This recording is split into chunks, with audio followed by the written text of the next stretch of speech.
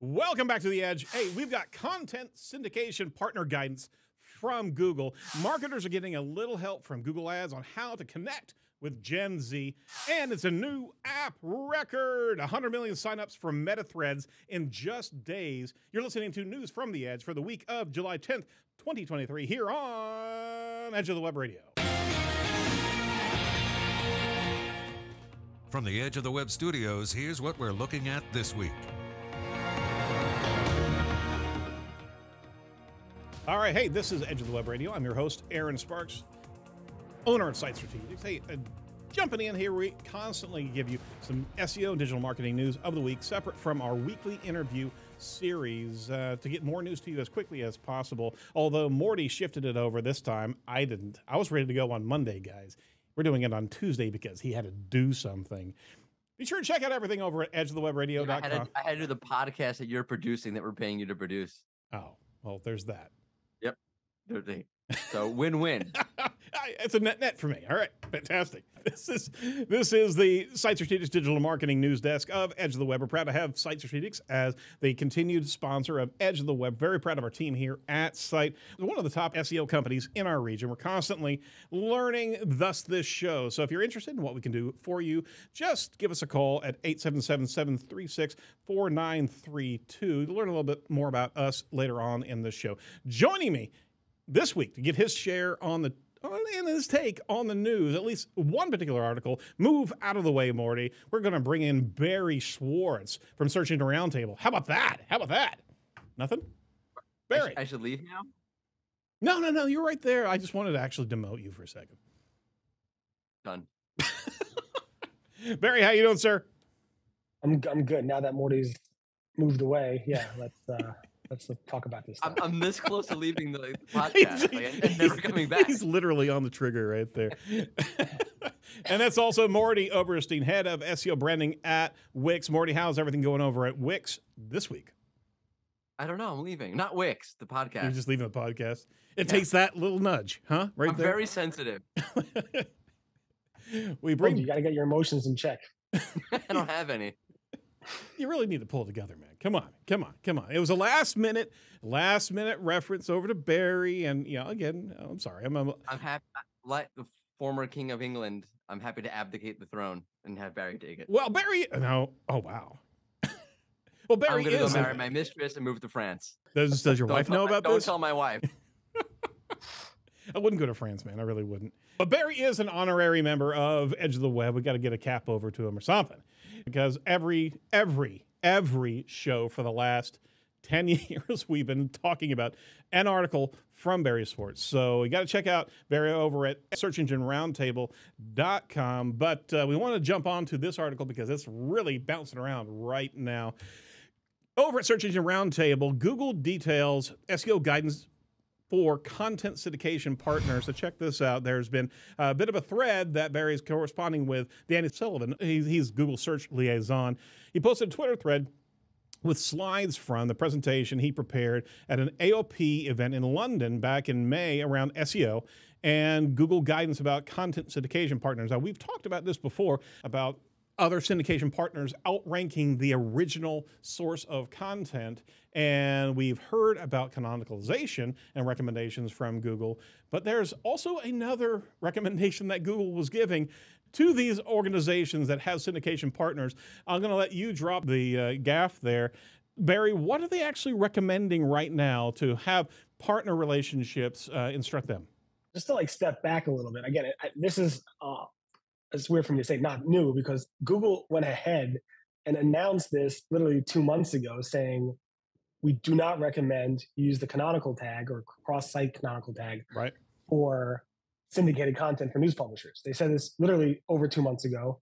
And then I caught a bunch of tweets that Danny Sullivan did recently, 2 months later, sharing a presentation he did back in May after he went ahead and announced this canonical thing, not to use it anymore, with more advice for publishers on what to do in terms of if you are syndicating content. And basically the answer is tell your syndicated partners to add a no index, not a canonical, to those pages so those pages don't rank at all. And now everybody's blowing up about this. People did blow up about this 2 months ago. Sure. And then I did run another post this morning about how Google is going ahead and basically going to take this feedback from the publishers into account, but pretty much not do anything there. So it's pretty interesting to kind of see this feedback because one is it's not really new. Google's been saying this for 2 months, even though Danny Sullivan keeps saying, and it's funny how Danny responds to people and it kind of irritates people. It's like, as I said before, we changed this in 2020, even though nobody knew that Google changed this advice back in 2020, because half of their docs said use the canonical tag. Then they updated the other half. But after we went ahead and pointed out, hey, you say use canonical, Google's like, oh, we updated that because our old docs, which we updated in 2020, said to not use it. And then instead use no index. And everybody's like, well, who's going to add a no index, or we're paying them for their content? Exactly. Us to provide, what's the point? So there's kind of like a very circular logic going on here. Ultimately, I get why people want to syndicate content. There's a lot of money in it for the person who's wrote the content, but at the same time, don't you want your content to rank? You do, and that's that partnership relationship here. And at the end of it, at the core of this is Glenn Gabe jumped into this. There's a lot of people playing in this particular thread right now. Can't Google figure out where the original content came from? Do we actually have to post canonical? Do we have to post a no index recommendation to our partners? Why can't Google figure this out? And Danny actually referenced a lot of noise that can come from different layouts, different information that's on each different pages, so it can't really get a full bead on duplicate content. But at the end of it, shouldn't it know as the content's posted where it's coming from? Probably. Google's had this issue for many, many years. It used to be like a Google News source meta tag, where if you go ahead and wrote something, you were able to add in that meta tag. And I even think WordPress had it, like Yoast and stuff like that had that feature where you could actually go ahead and say, this is the source of that news that we got it from. This is a way for publishers to say, I credit this person for writing about the story first. Of course, no publisher would do that, except if you're me, and you always like to link to people. But most publishers would not go ahead and source and say, we got it from here. So Google's like, all right, we'll remove that meta tag, just link to the source, and hopefully that will do well. And then Google's like, all right, fine, add a canonical tag. Maybe people will do that. Nobody's really doing that also. Yeah. And Google's like, all right, tell people to no index. Nobody's going to do any of that stuff. So it's just kind of like Google has never gotten which piece of content came out first, because as soon as you publish something and we have RSS feeds, somebody's going to scrape that content immediately and publish it just like a few seconds later. So Google Bot is not real time. Even Index Now is close to real time. If Google obviously doesn't use Index Now, but Bing does, it's not a solution because the content gets published so fast that it's hard for Google to know what is the original source, even though they're able to things like cure cancer with AI and do things like the search and every experience and stuff like that. They can't figure out who wrote it first. Who's on first? All right, Marty, gonna throw it over to you, sir, because I know, you brought this to my attention. This is popping all over the place. What are your thoughts about this? Literally, we have to tell the partners in syndication to just, hey, make sure that you don't rank on the content that you're paying for. Go ahead, sir. I haven't thought about this too much because I've been mainly optimizing my related articles today. That's been my main focus of the day. Because Danny has in the slide that, they have a hard time differentiating, like it's not near duplicate content because of the related articles that are different on the different pages. So I've been optimizing my related articles this entire time since you brought it to me about 6 hours. I'm preparing for the next core update by optimizing my related articles. I just want to point out like the logical, I was talking to Glenn Gabe about this like in DM, like the logical snafu in saying like, it's hard to differentiate the main content because of the menus and the footers and the related content, because Google's been talking about like making sure that your main content is high quality and easily identifiable and all that stuff about main content. Right. But if the algorithm can't really detect main content, then the algorithm's completely broken and all the guidance is a lie. I just want to take what Danny said to its logical conclusion. Is that I can't figure it out. Right. Right, so like all the things around like in the helpful content guidance about main content is either just inaccurate or what, I don't know. Or maybe it's wishful thinking, right? I think it's a funny little slide. Anyway, I was talking years ago to Allie Berry when she was at the Motley Fool about this, because it's a real issue, right? Like there are publishers who decide not to syndicate content based on this.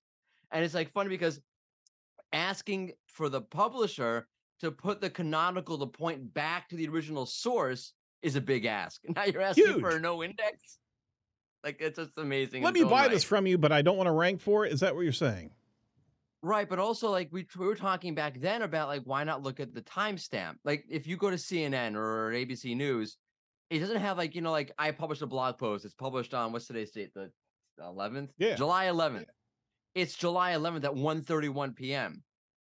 Like it's down to the minute. So just look at the actual stamp and see like when it was published, because the original one should be at least like, a couple of minutes earlier. Yeah, exactly. Just go by that. People lie. People lie. No. Well, no, but do you think CNN would lie? That's a loaded question. Yes, they will predate. That is such a loaded question. But to be fair, and take Google's stance, I mean, Google only wants to rank one of those pieces of content. There's so many stories that say the same exact thing, even about this canonical tag change.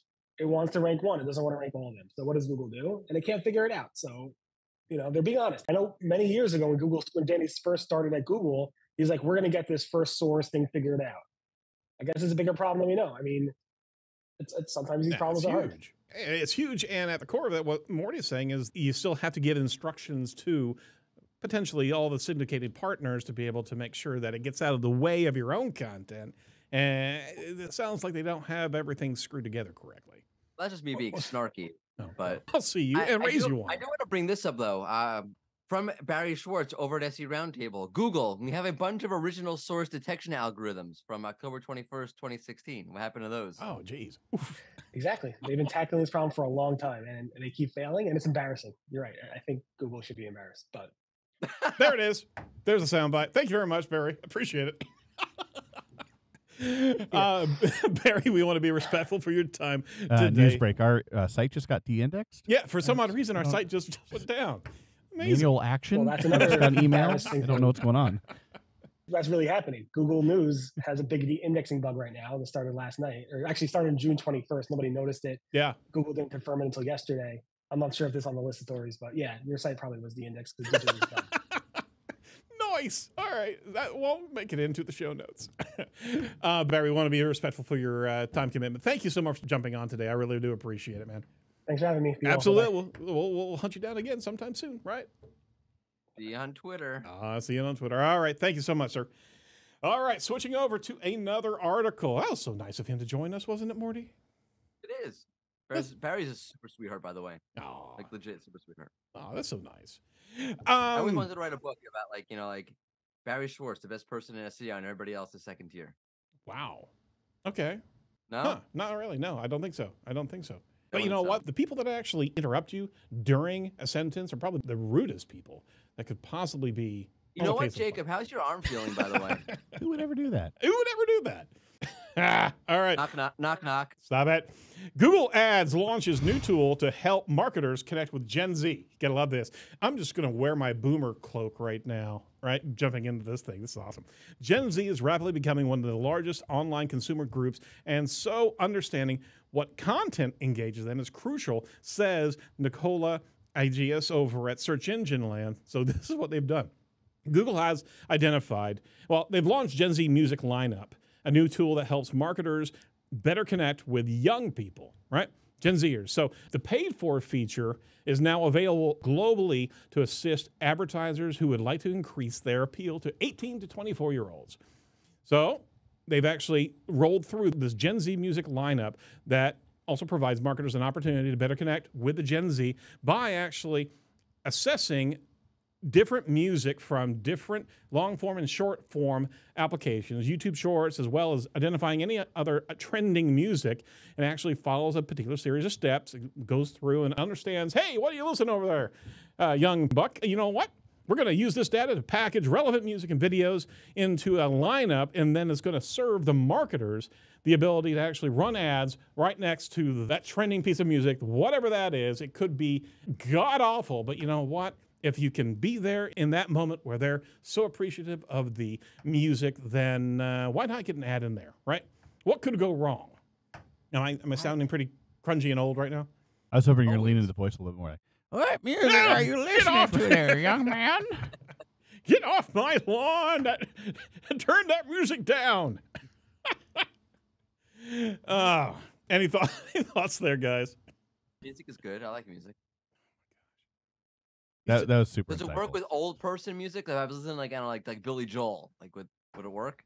Or it only has to be like It only has to be Gen Zers, right? Gen Z music. I am not going to risk myself actually even naming a Gen Z musician right now. I think when you're done I today, you cannot go back into your office, you should just tell your Echo to play Gen Taylor Z Swift. music. The Taylor Swift. Taylor Swift. Does that count? As soon as you say that. When does Gen Z start? Like, what year is Gen Z? Out of it, like 18 to 24, you said. I knew that. Yeah, so 2000. Yeah, Taylor Swift. I Yeah. got one. A little bit before 2000, right? Right. Yeah. Right. No, you got it. You got it on the green at least, right? So evidently, it's all a marketer needs is just play the music that the Gen Zers want, and you'll be able to make a sale just like that. Piece of cake. It's kind of like that mosquito. We don't even need Kyle the intern. We just need a music playlist. Absolutely. Don't like the mosquito sound that kids can only hear, but anybody that's over 30 can't hear, right? All you gotta do is just play that music in their ear. I've been playing it this whole show. I see. I can't hear it. Great to like, if you're like, I don't know, like Depends, right? And then you get stuck in the playlist advertising for Gen Z. Oh my gosh, that actually could work for some odd weird reason. All right. Evidently, what's working as well over at search engine, well, actually, over at social media today. Let me pull this one up. Threads reaches 100 million members in record time from from social media today by Andrew Hutchinson. Threads has crossed 1 million sign-up marker, making it the quickest app to get 100 million members. What time did it take? And it rose to 50 million in just hours, 30 million signups in the first 24 hours. And within 2 days, it had 70 million signups. It crossed the 100 million mark, making it, like I said, the quickest app to be able to gain that many. Boy, this was like a mass exodus. Mastodon doesn't pale to what's going on with Threads right here. So are you on Threads by now? You have to be. Yeah. I'm on Threads. I was gonna wait to see how it went, but then I saw the numbers were really good. I'm like, all right, might as well move over. All right. Then the Mastodon people try to get a hold of me. Andrew Optimized. He's like, oh, don't go there. Come to Mastodon. Come back to Mastodon. Hang out with all 12 of us. We've got cheese and snacks. Oh man, They made it so easy though. It's the fact that you could just That's what it was. They click made a button. If you already had Instagram, Right. yeah, you click a button, you're there. You could import all your friends. You could import your picture, your bio. I mean, like, it went that fast because it took me 30 seconds to set up my account. So easy, as opposed to finding your decentralized server on Mastodon. I like Mastodon, I really do. But I mean, yeah, there's like that learning curve of Right. what does that even mean, and then understanding it, and then finding where you. Yeah, there's a lot there. This is just 2 or 3 clicks and you're rolling with something that feels familiar. Well, I've not done it. How is the lawn there? Is it greener? Yeah, it's fine. It's definitely it's like Twitter Lite. There's no real hashtag stuff or anything. Like we couldn't do SEO chat on there yet because there's no way to search for hashtags. Got it. Yeah, there's no DMs. There's a couple other features that I think we'll eventually get. Do they there, play but Gen Z music? No Gen Z Always. music yet. Okay. No, they do. Mine does. Oh, Also, my feed is filled well, with you're people the at youngest one here, X. Morty, so that's why. Am I? Yeah, How you- old are you? I'm 41. Oh, wow. You just beat me. All right. Oof. Wait, hold on. I'm 34. What are you Oh, talking sorry. about? Yeah, I Yeah, keep come on. forgetting that. Yeah, obviously. I get But like, that. it's okay. Yeah. Like, I don't see a ton of like relevant posting. Maybe I'm wrong. But I mean, getting a community in 2 days, 100 million users in 2 days. No, That's it's great. amazing. I like it. It's amazing. It's great. I don't know if it means like Twitter is dead. I'm not sure that's the case. Right. There are definitely like, people who are very into the threads, like, oh, Twitter is dead. I don't know. I kind of see people on both. Not sure. So I you're see a lot of people completely haven't riding the moved over fence. yet You're not from making a Twitter. decision whatsoever. Huh? No, I'm not. I'm not being mature about it. I'm seeing how it's going to play out. It's a little bit early to see if, like, whether it's going to take off and what it's going to mean for SEO. I don't like the whole like, oh, like, this is bad, that's good. This is you're a Twitterer, you're a Mastodoner, I'm a Threader. Like, what about LinkedIn? LinkedIner?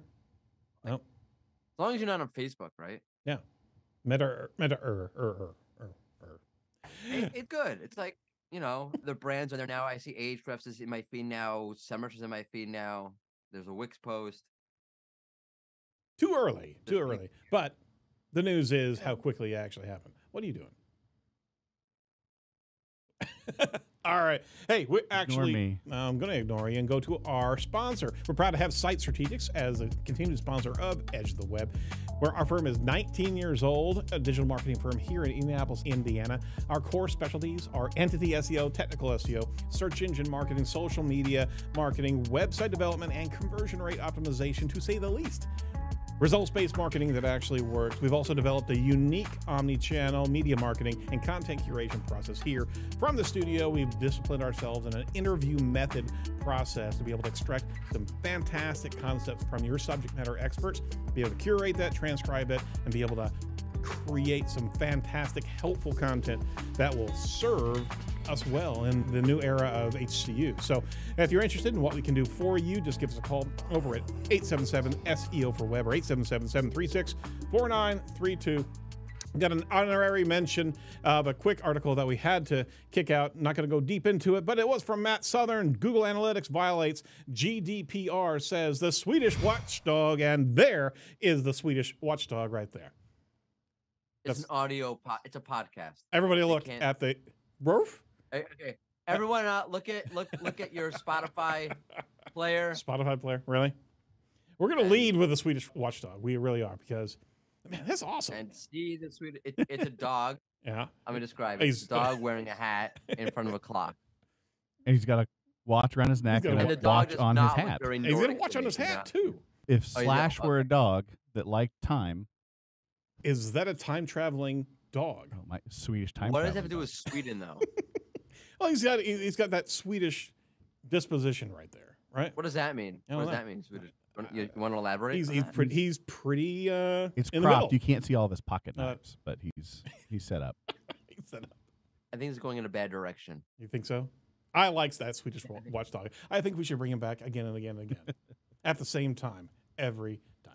There we go. I like it. AI news. Ready for AI news? Come on, let's go quick. I'm leaving. He hates it. What is this deal? You got on the wrong side of the bed today, man. You're just like ornery. I'm sorry. I'm here for the news. Let's get into that AI news there. Over to you, Aaron. All right. Code interpreter comes to all ChatGPT Plus users. Anyone can be a data analyst now. We'll have all these notes and links in the actual show notes here. So check that out. You can actually analyze your code with ChatGPT. Back in March, they allowed users to extend its functionality to do things like reading full PDFs and the like. Well, they've actually rolled out something to be able to edit and analyze data, create charts, edit files, and perform math and the like. So you got to check that out. Nothing could go wrong there. OpenAI introduces a team dedicated to stopping rogue AI.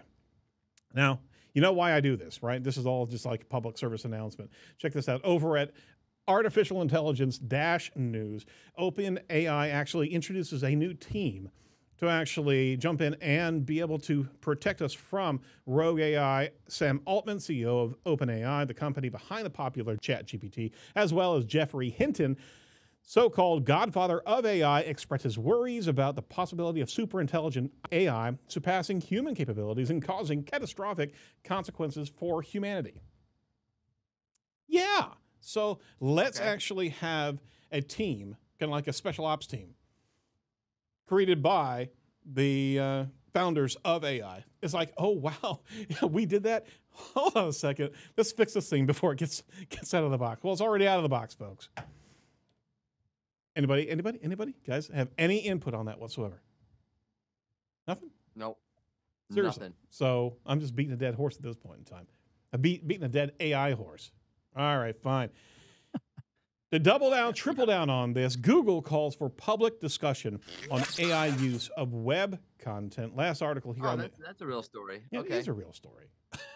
Nice. So from Search Engine Journal, Matt Southern jumps in there. Google actually calls for talks about AI and web data. People actually debate on how much data AI should actually access. And there's also no consensus on the data policy as of yet.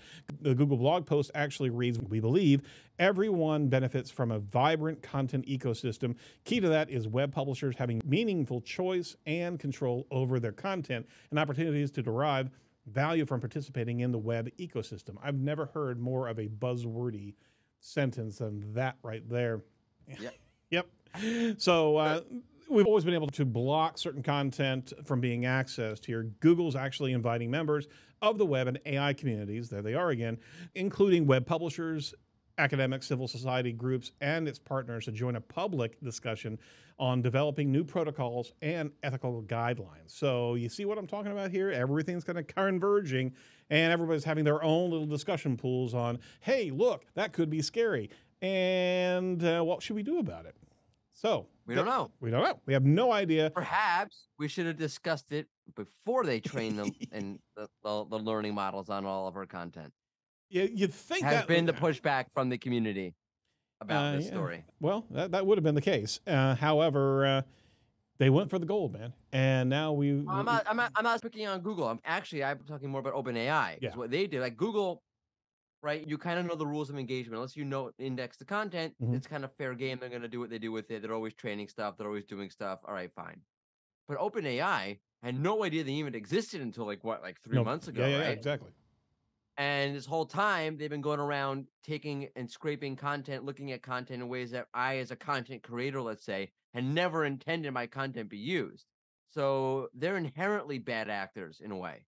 And there was no permission. There was no discussion of this whatsoever. There was no rules of engagement. We didn't know they existed. There was nothing going on. They're training their systems. I never wanted my content to be used in that way. Yep. Shape or form. It's not a normal use. That's not fair use.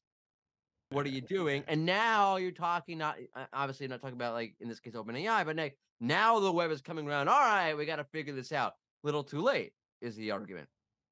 I think that's a valid argument, and I think there's going to be posturing at this point in time because of what's being done. And we also reported last week that AI is being trained by AI now. So you've got a lot of the, the AI leading the AI. Yeah, for the most part. What's the Turk? Mechanical Turk? Mechanical Turk, yeah. You got a lot of people that are actually using AI to make their jobs even easier, and that's garbage AI, training garbage AI. I mean, my God. That's the human element, just allowing it to roll through right there. Yep. All right. Yep. Yeah, anyone who hasn't yet, which should be pretty much the entire world, go see the new Mission Impossible. AI plays a big part of it, which is actually really cool considering how much that movie was delayed because of the pandemic. Yeah.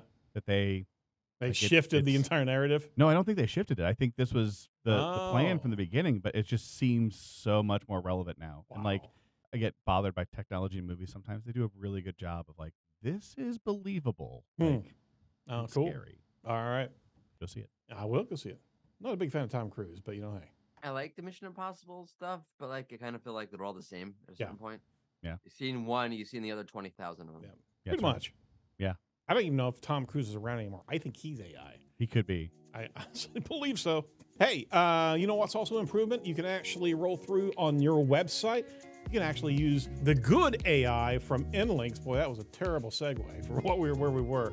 But you got to check them out. They have a social media tool from Inlinks that actually solves a big problem that the other tool just can't. Inlinks doesn't use keyword research to tell you what to talk about on social media. It uses your content.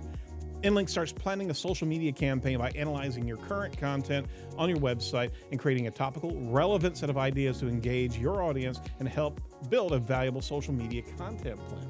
So if you're interested in being able to create things from what you're already creating, so that's what the things should be used for, as opposed to creating, fictitious Tom Cruises. Go over to AsherTheWebRadio.com/Inlinks today to be able to sign up for a free 14-day account, to be able to start creating content and your social media calendar from the tools that they have there. It's fantastic. All right. AI tools, as we're talking about it, we'll wrap up real quick here because we still have to get some berry blast here. There's one AI tool you got to check out. That's Voice Jackets, produce quality text-to-speech AI voices. Memento AI allows anyone to create an AI voice clone for themselves. Yeah, that's creepy. Why would you be giving this away to have the bots actually create more and more content for yourself? I'm just sounding more and more old as I actually go through this show. What's it say there? Give yourself superpowers with your very own AI clone. Who's writing this copy? An AI. Lord, is the marketing. I see. So I see an advantage to this. Make your own AI clone. Yeah. Think of the editing time if we just cloned Morty and wrote what we wanted him to say? Because he won't read it if we write it. But if we have the AI read it in his voice, Yeah. our editing time will be cut in half. You think so? Yeah. Oh my gosh. Just a guess. We're going to hold you over a little bit, I'm Morty. That's leaving. that's the fourth time you said that today. No, Leaving, come on. that's it. No. We could never clone you. We could never duplicate Morty Oberstein. I think there's actually sanctions against that. If I'm not yeah, mistaken. probably. Oh, I'm looking at this whole thing, like signing up for this thing. This thing is Oh, it's like crazy. nasty. And every one of these tools, and again, folks, I'm actually parading these tools not for you to use them, but actually look at what's happening around A us. freak show of tools. Is a freak show. It really is, of everything popping around everywhere. And on top of that, as soon as you get to, hey, yeah, that's interesting, boom, credit card. Boom, credit card. Boom, credit card. It moves you to another website. Oh, jeez. Oh, did it really? Don't go there. No. Yeah. They should have type form. There's another tool there, Dectopus AI. There we go. Who named that crap? I don't. AI? It's an AI-powered presentation generator. So if you're stuck actually doing a presentation, let AI do it. Why not? They'll actually put together your entire presentation for you, and it will pick through all sorts of graphs and graphics, and it could be completely fictitious, but hey, why not? If it's pretty, people will pay for it. Exactly. They won't pay Type attention. your presentation title below. Well, I like one of the examples is project report for SEO campaign. I'm going to run that right after this show, Wow. and See what's going on? I'm just going to email it to one of our clients and see what they say. Would you mind doing that on your private computer? Oh, a sign up. It's always to a sign up. Like, it just- Absolutely. See, they hook you. This is the I'm feeding not frenzy. hooked. I'm Xing out of this crap. Well, don't click on the show notes. We have to put a disclaimer around all this. We really do. We're showing. I mean, there are some cool tools out there, but there are also some gimmicks. There are some things that are just going after your pocketbook. Be wary. Be very wary of whatever you're signing up for. Never give your stuff online like that, right? Unless Schwarzenegger tells you to, right? Hey, Schwarzenegger says to do it. You do it. That's Get to the right. chopper. All right. Vast track over Barry's Search Engine Roundtable, and thanks for Barry getting on board with us today. Google Ads to remove examples from legal requirement policies. Check that out. It's actually a pretty interesting article regarding what Google Ads are actually doing right now. Next month, Google Ads will remove the examples it provides in its Google Ads legal requirements policy. They posted on August 7th, 2023. It will no longer list any examples. Google wrote Google Ads legal requirements policy will be updated on August 7th, 2023. Examples will no longer be listed on the page. Even with the examples being removed, Google expects you to comply with these abstract and sometimes confusing policies. That's for darn sure. Google wrote, this update will not alter advertisers' responsibility to ensure that their ads comply with all local laws and regulations of any area their ads target, in addition to standard Google Ads policy. So no longer we even get some sort of example of what policies you should be following and be able to present to Google and on your website. They're hiding all of that, and we're still having to follow all of those as well. So good, Google. Thanks so much. Last thing, Google search ranking algorithm update and volatility is superheated. Should have actually spun around and actually asked Barry about that. So you're the man, Morty, when it comes down to volatility. Have you been checking the sensors on this? Oh, so all of a sudden now I'm the man, right? Oh, Barry's gone, and now I'm the man. Oh, I see how it is. I wondered if you caught that. That's You're always the man. fine. You've been around these tools. No, well, no, yeah. no, I'm You're just a you tool. are more I'm mediocre astute at that. and I'm observant. a stooge. What's going on right now? You know, I talked to Glenn and Gabe about 2 weeks ago, and he said, "Hey, we're in for another update very, very quickly. HCU 3." Ironically, in Barry's little tweet back and forth with Danny Sullivan, or Search Liaison, who is Danny Sullivan, they were joking around about a core update coming. So I don't know. Oh, shit. Danny's making jokes about core updates, and usually when there's so much volatility at a certain point, it was really quiet for a long time. Yeah. And now there's a lot of reversals back and forth, back and forth. You lose rank, you gain rank, you lose rank, you go back to the previous ranking pattern, you're in a new ranking pattern, it goes back to the other ranking pattern. Generally speaking, when something like this happens, you're due for an update at some point because Google's testing the waters before they release the actual update itself. There it is. Who knows? But I think that's been the repetition for us for a long time here. As we look at these updates, these algorithms, these sensors, they're actually watching changes, watching the volatility. There's no bloody thing that you can do when it happens. You can't batten down the hatches, right? I'm looking at like rankings for a particular website that I'm working on. Like, it goes up, it goes down. Like, I'm not even thinking about it at this point. I know I'm stuck in a algorithmic pattern or whatever you want to call it. An algorithm. Just let it play itself out and let's see where it goes. Like, I'm not like don't freak out. Don't do anything really. You really can't. If that's what's going on. I mean, the whole point is you're just stuck. You got to steer by good, helpful content, right?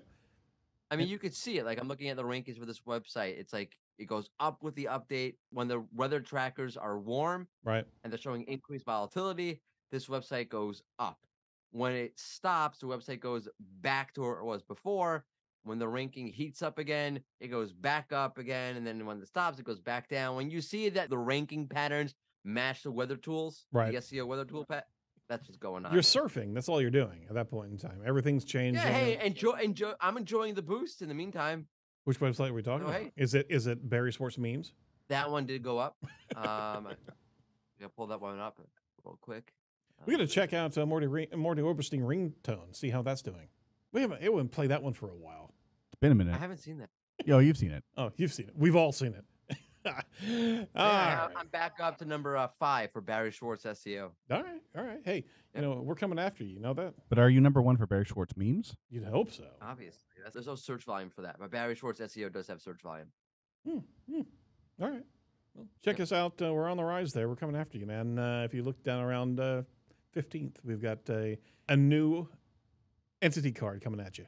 Well, who? What? Yeah. So we're rolling out a number of guests that we've had on the show in different entities, and we're actually unfurling something. We got Barry Sports SEO right there. We're coming after you, man. Edge is on the rise. Yeah, I got a whole freaking website. You got nothing on me. I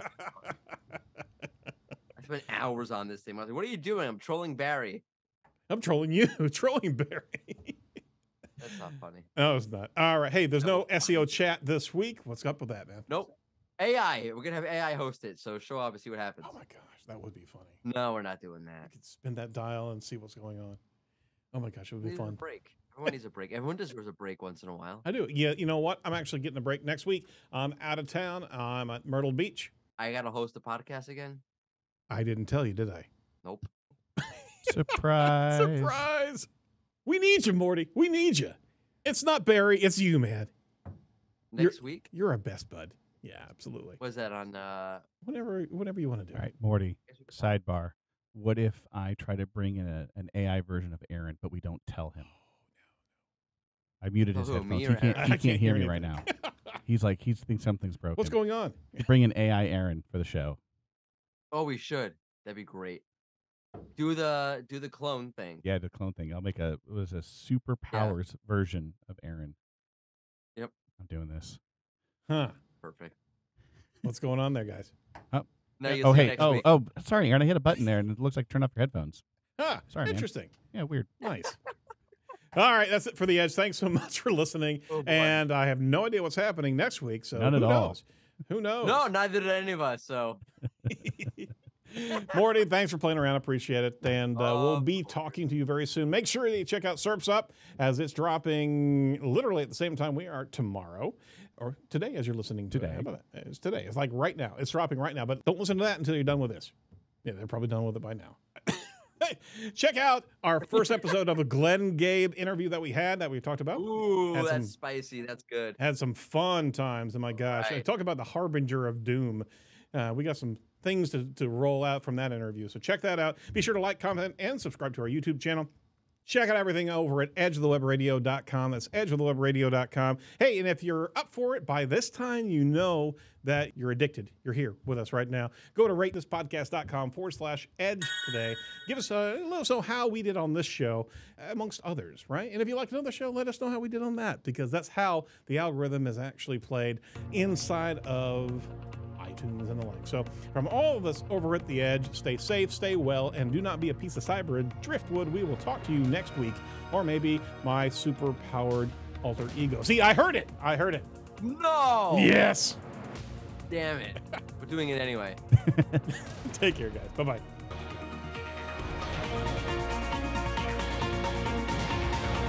Morty's our bud.